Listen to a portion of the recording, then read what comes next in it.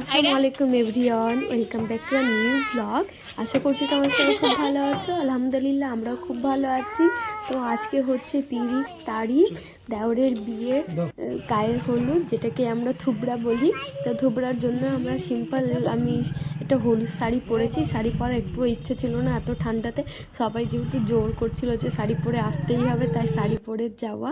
তো সিম্পলভাবে রেডি হয়ে গিয়েছে। আর এই যে এগুলো হচ্ছে আমার ননদিনী।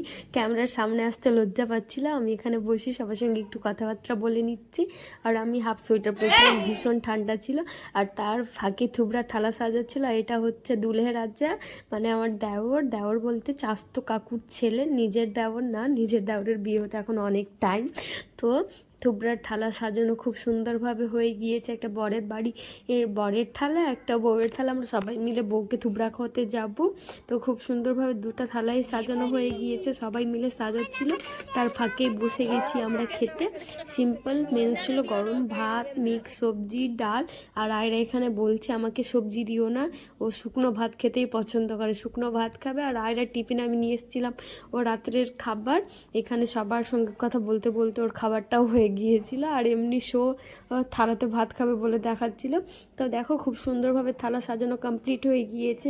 ফল ছিল, কেক ছিল, নোনতা খাবার ছিল, প্লাস মিষ্টি, অনেক কিছুই ছিল। আর এখানে বরকে থুবড়া খাওয়াচ্ছে, এটা হচ্ছে বরের বাবা মানে কাকু। সবাই মিলে এখানে গীত গাইছে। আমাদের মুসলিম সমাজে গীতটা অতি স্মরণীয়, আস্তে আস্তে বিলুপ্ত হয়ে যাচ্ছে। সবাইকে বলবো গীত যেন চালিয়ে রাখে। আমি গীত অনেকটা ডায়েরিতে লিখে রেখেছি, পরে সময় হলে তোমাদেরকে দেখাবো।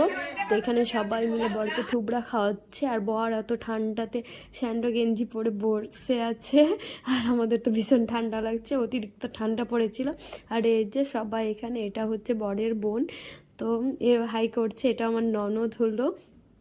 তো এরা সবাই অনেক দিন পর একসঙ্গে হলাম। আমরা যখনই একসঙ্গে হই ভীষণ মজা করি। আর আইরা হওয়ার পর ওদের সঙ্গে আর আড্ডাই হয় না। আর এখানে উপরে করেছিল স্টেজ, তার তো ঠান্ডাতে ওপরে আর থুবড়া খাওয়ানো হলো না, তাই ঘরের ভিতরে বসেই থুবড়া খাওয়াচ্ছিল।